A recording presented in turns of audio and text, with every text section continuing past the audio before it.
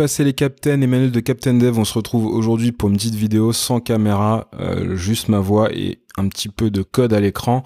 Si c'est pas ce que tu recherches, effectivement, tu seras intéressé par d'autres vidéos, mais n'hésite quand même pas à t'abonner. Cette vidéo, c'est la suite d'une vidéo que j'ai fait sur Strapi. On va faire ensemble un petit système de réservation de salles avec Strapi. Donc, elle va se dérouler en plusieurs parties. La première partie te permettra de prendre en main Strapi et de voir un peu comment ça fonctionne. Allez, c'est parti. Ok, donc dans cette vidéo, on va voir un peu des petites bases de Strapi pour aller un peu plus loin que la vidéo précédente. Je vais essayer de zoomer histoire qu'on voit un peu plus le code, mais c'est toujours plus agréable de regarder ça sur un ordinateur. Donc effectivement, si tu es sur mobile, tu peux écouter les explications, mais je pense pas que ce soit du contenu très adapté. Donc concrètement, Strapi, il y a plusieurs moyens de l'installer. Tu peux l'installer via Docker, via DigitalOcean, il y a même des guides pour du Heroku. Nous, on va se concentrer sur le CLI.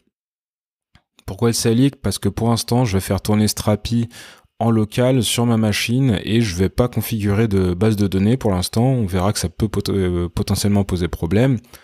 Donc je vais utiliser la base de données SQLite, qui est en fait une petite base de données SQL embarquée en mémoire et qui vient écrire dans un fichier sur mon poste. Ça me permet d'éviter la configuration. Ça, on peut le laisser pour une autre vidéo sur, par exemple, comment déployer Strapi sur Heroku avec une base Postgre, par exemple. Alors, il faut savoir que pour Strapi, tu as accès à plusieurs bases de données. On va le voir juste après. Voilà, donc j'ai lancé la commande yarn create strapi app, strapi-app, et du coup, j'ai pas envoyé le paramètre quick start, et là, ça fait que je peux choisir vraiment la base de données que je vais utiliser. À noter que si j'avais choisi une base de données distante ou sur mon poste en local autre que SQLite, j'aurais eu à remplir les infos de connexion. Donc ça, on va pas se pencher dessus pour le moment. Là, l'idée, c'est de découvrir un peu comment fonctionne l'API de base. Donc je vais accélérer un peu tout ça parce que le reste du déroulement du terminal, t'en as pas spécialement besoin. Et on se retrouve tout de suite. Alors là, j'ai ouvert le projet avec WebStorm, mon IDE préféré. Tu peux l'ouvrir avec VS Code, il n'y a aucun souci. Et j'ai lancé la commande Strapi Develop. Donc ce que ça va faire, c'est que derrière Strapi, il y a un build de Webpack qui tourne, qui va venir compiler le projet et me lancer la page d'admin. Et en fait, la première fois que tu lances ton site, tu vas devoir définir l'utilisateur admin, le premier utilisateur, un peu comme sur un WordPress. Voilà, là, j'ai entré mon email et on va pouvoir commencer.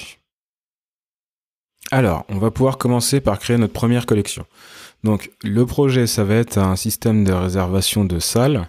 Donc, je vais commencer par une collection qui va s'appeler Rooms pour salle en anglais. Donc, je vais désactiver Dashlane rapidement, sinon il va m'embêter. Ok, donc là, je vais pouvoir venir rajouter des champs. Donc ça, c'est les champs qui vont être stockés à l'intérieur de ma collection Rooms. Là, tu peux voir qu'on a plusieurs types de champs. On va y revenir juste après. Tu peux avoir du mot de passe, des médias et compagnie. Il y a vraiment de quoi faire. Ça te permet de vraiment gérer rapidement ton contenu. Donc là, j'ai créé un champ title. On va continuer avec la... non, pas size. On va appeler la capacité de la salle. Et je vais continuer avec la description et les images.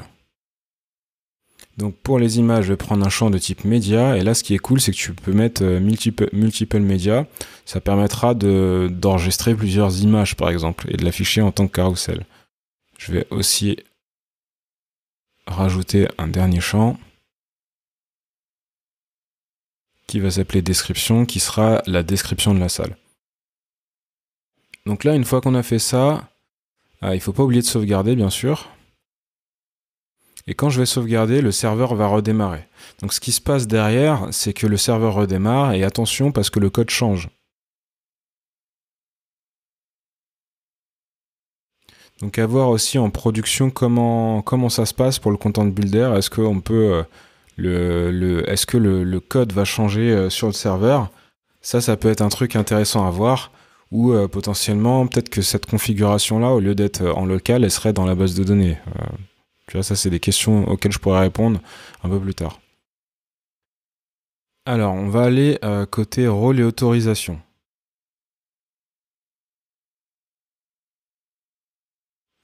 Donc là, tu peux voir qu'on a deux rôles, authentifié et public, ça on y reviendra en fin de vidéo. Je vais aller dans public et là, clairement, on voit ma nouvelle collection avec toutes les actions qu'on peut faire dessus, count, find, create, find one, delete ou update. Ça, c'est vraiment c'est des ACL assez basiques, mais qui sont super utiles. Donc je vais enregistrer, comme ça on va pouvoir voir les données en mode public et on ne sera pas embêté. Et pendant une grosse partie de cette vidéo, on va utiliser le navigateur en tant que récupérateur de données.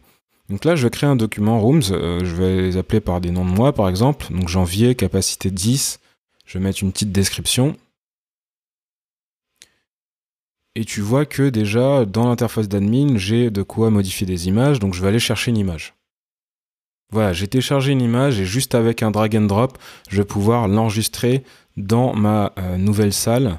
Et tu peux voir qu'en plus, il gère un peu tout ça. Et en plus de ça, il me met un carrousel qui me permet de modifier, de supprimer une image.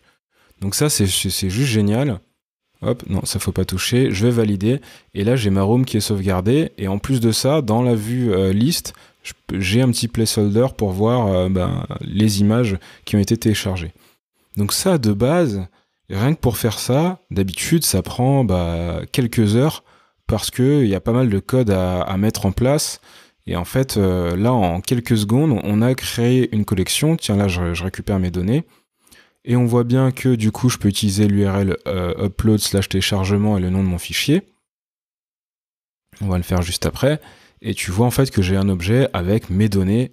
Et tout ça sans poser une seule ligne de code. Donc c'est vraiment puissant. Donc très rapidement, je vais créer deux autres salles, histoire d'avoir un peu de données. Je te mets ça en accéléré. Alors, à noter que tu peux venir modifier la configuration de la vue dans l'admin juste avec un drag and drop. Et là, tu vois un exemple. Donc, on a title capacity en haut, description et images en bas. Et en fait, tu peux soit insérer un nouveau champ, soit modifier l'ordonnancement. Donc ça, pareil, si tu dois donner accès à l'admin, à une partie de l'admin, à des utilisateurs, et en fait, tu peux faire des vues qui leur correspondent. Et ça, c'est juste génial. Si tu dois donner accès à des utilisateurs à la gestion du contenu, ça peut être vraiment intéressant de leur proposer l'écran qu'ils veulent et toujours tout ça en quelques clics est modifiable à volonté. Donc ça, c'est vraiment encore un plus de la part de Strapi et de l'équipe Strapi. Donc voilà, là, si je vais sur l'URL de mon serveur /rooms, et en fait, je tombe sur les données que j'ai laissées en public avec mes deux salles. Donc ça, c'est génial. Et je peux aussi filtrer directement comme une requête REST en fait, en lui passant tout ça, c'est déjà implémenté. Donc là, tu as une API simple, certes, mais tu as une API fonctionnelle. Alors, du coup, maintenant, on va rajouter une collection qu'on va appeler Booking, qui va stocker les moments pendant lesquels ma salle est bookée. Donc, je vais ajouter ce qu'on appelle une relation en termes de champ.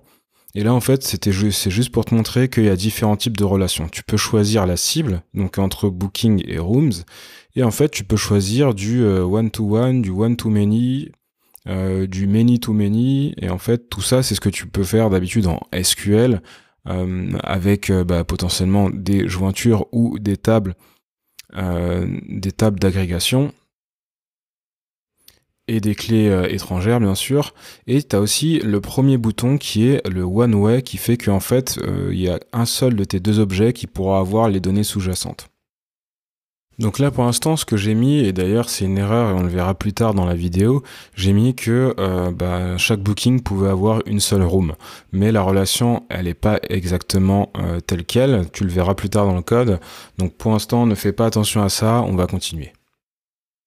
Autre chose, je suis parti sur une modélisation assez simple, sachant que j'ai une base SQLite, et le but c'est vraiment de te montrer comment fonctionne Strapi. On n'est pas sur un objectif de performance et d'architecture parfaite, bien sûr, donc si tu vois des trucs un peu aberrants côté performance, c'est pas grave.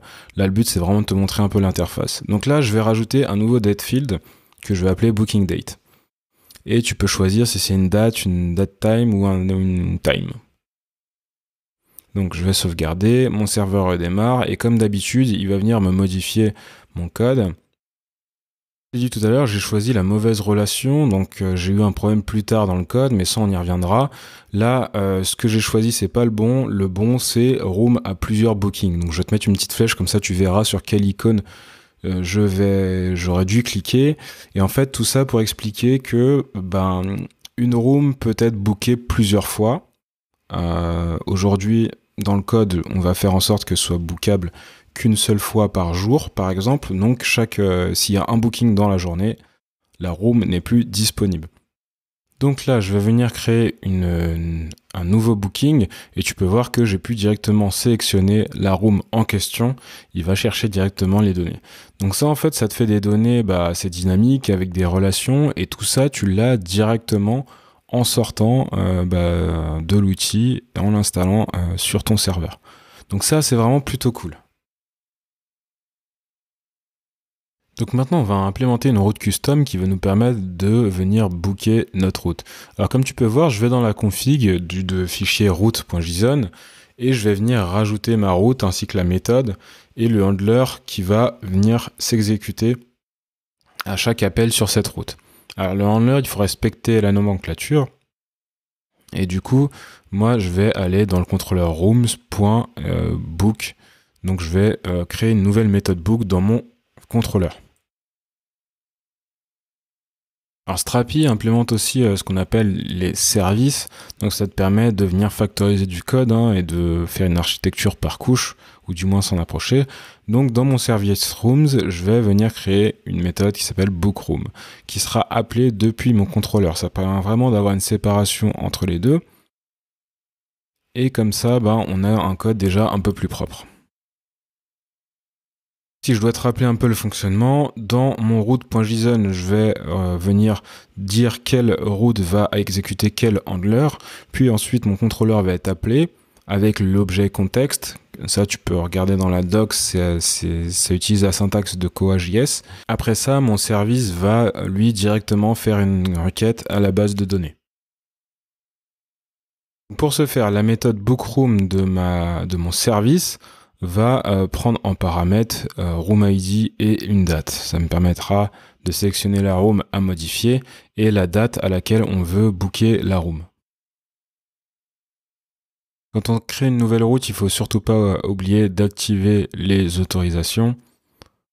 Donc là, je vais activer mes permissions. D'ailleurs, je suis sur Authenticated. Mais ça, on va le faire plus tard. Là, on va rester sur public et on va activer la route book. Donc on n'a pas encore retourné notre résultat, mais ce qu'on va faire, parce que là on n'a pas mis en place de validation, on va juste lever une exception si jamais dans mon body ma date est nulle ou ma room ID est nulle. Ça permettra d'éviter des états un peu bizarres. Donc ça, j'ai pas vraiment encore regardé comment ça se fait exactement, s'il propose quelque chose, mais normalement tu peux utiliser n'importe quelle librairie de validation et venir la plugger ici. Donc là, on va faire une requête post avec Postman pour venir booker la room. Donc pour ça, il faut venir récupérer la bonne URL. Là, je vais me baser sur la configuration que j'ai dans route. Donc c'est /room de .id, je vais le remplacer par l'id de ma room, /book. Sachant que ça, c'est pas terrible d'un point de vue REST. Normalement, je devrais pas avoir à mettre ma room ID dans l'URL ainsi que dans mon payload. Mais bon, ça c'est un détail, disons qu'on va passer dessus pour le moment. Alors j'ai lancé mon serveur en debug et normalement quand je vais envoyer la requête, on devrait au moins passer en debug. Donc pas celle-là, mais celle juste après. Du coup, je passe bien dans mon debug et maintenant j'ai plus qu'à implémenter mon service bookroom. Bon, j'ai avancé un peu pour que ce soit pas trop ennuyant et ça me permet de t'expliquer très rapidement. Si tu veux faire une requête, tu peux utiliser strapi.query en paramètre le nom de ta collection, find one, et là tu peux faire une query un peu comme sur du MongoDB. Alors les filtres que tu as à disposition sont pas hyper avancés, tu vas pas faire des trucs de dingue. Par contre, il faut savoir que ça utilise Next, K-N-E-X, et Bookshelf en dessous du chapeau. L'idée derrière, c'est de vérifier si la room existe. Donc on la récupère avec la room ID. Derrière ça, on va voir s'il y a un booking sur cette room existant, et s'il n'y en a pas, ben, on va continuer le traitement. D'ailleurs, à noter que je devrais prendre plutôt la date de booking. Mais ne t'inquiète pas, ce filtre-là, on va le rajouter après dans l'objet find_one en rajoutant booking date. Bon, je fais quelques jump cuts parce que c'est pas le plus intéressant. Concrètement, ce qui va se passer derrière, c'est que je vais faire un strap query de booking et je vais appeler la méthode create avec un nouvel objet qui sera mon nouveau booking. Donc là, pour populer la room qui est associée à mon booking, j'ai eu un petit souci aussi. C'est ce que je te montrais tout à l'heure sur les relations qui n'étaient pas les bonnes. Et donc là, dans le prochain résultat, tu verras qu'on n'est pas encore d'appoint, mais ça arrive. À noter aussi que dans la description, je vais te mettre le repository Git pour que tu puisses jeter un œil au code. Encore une fois, il n'y a rien de compliqué, il ne respecte pas forcément les bonnes pratiques, mais ça te permet d'avoir un œil un peu plus en détail sur ce que j'ai fait, si jamais, par exemple, tu es sur un mobile et que c'est un peu plus compliqué à lire. Là, le problème qu'on a, c'est que la room est nulle. Elle n'est pas enregistrée, contrairement aux anciens bookings qui ont été faits depuis l'interface. Donc là, ça pose problème. Alors, pour essayer de corriger ça, ce que j'ai essayé plusieurs approches. J'ai essayé de déstructurer, par exemple, la room pour récupérer que les propriétés dont j'avais besoin. Ça n'a pas forcément fonctionné comme je l'attendais. Et en fait, je me suis rendu compte que c'était vraiment mon type de relation qui n'était pas le bon. Du coup, j'ai essayé le destructuring, il se trouve que c'était toujours pas ça. Et en fait, après, j'ai essayé de regarder un peu les relations et je me suis rendu compte que j'étais pas sur le bon type de relation. Donc ça, c'est une erreur qui peut arriver, c'est une chose. Maintenant, il faut faire attention quand on modifie des modèles, surtout avec un CMS comme ça, c'est que potentiellement, on peut casser de la donnée.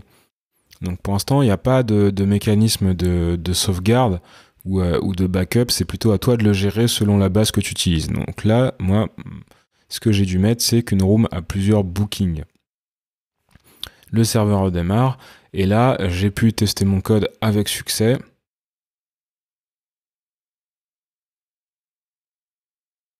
Donc là, je vais le réexécuter en changeant la date de booking pour pas avoir l'erreur sur le booking déjà existant.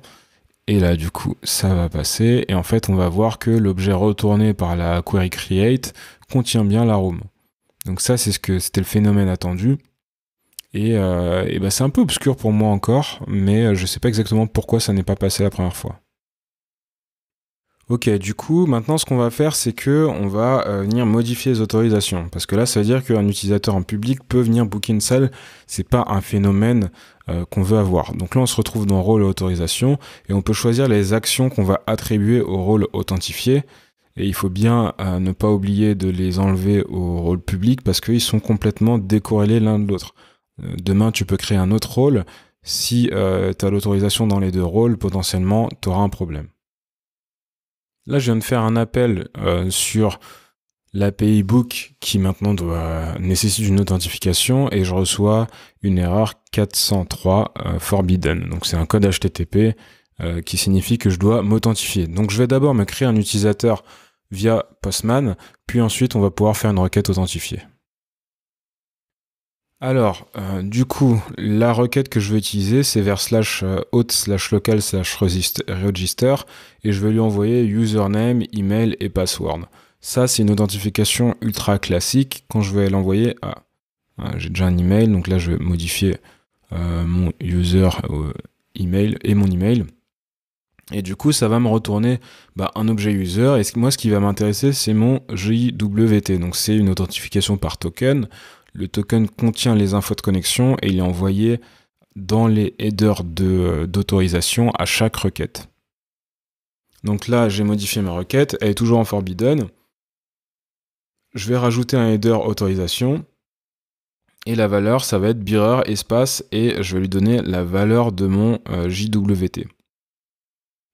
En faisant ça, ça va automatiquement gérer l'authentification de la requête et je peux du coup envoyer et modifier mes datas. Donc ça pareil, si t'es en train de développer une petite appli front, tu peux carrément faire ton écran de login et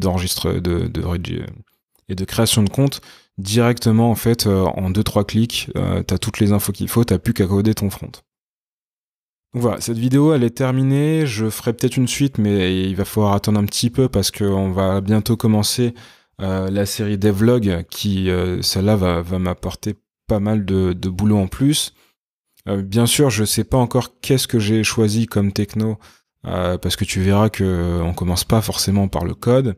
Donc Strapi, peut-être que j'utiliserai autre chose comme Prisma, sachant que moi le gros avantage de Prisma c'est l'intégration avec TypeScript. Donc voilà, j'espère que cette vidéo t'a plu. Si c'est le cas, n'hésite pas à mettre un petit pouce bleu, mets un petit dislike si t'as pas aimé, mets-moi un petit commentaire si t'as des questions. N'hésite pas à t'abonner à la chaîne si t'as envie de recevoir plus de vidéos, des notifications quand je sors une vidéo. Et surtout pas de t'abonner parce que la série devlog, il y a moyen que ce soit vachement intéressant. Tu pourras voir un peu toutes les facettes d'un side project. Et puis l'idée c'est de documenter tout ça. Sur ce, moi je te dis à bientôt sur Captain Dev. Ciao.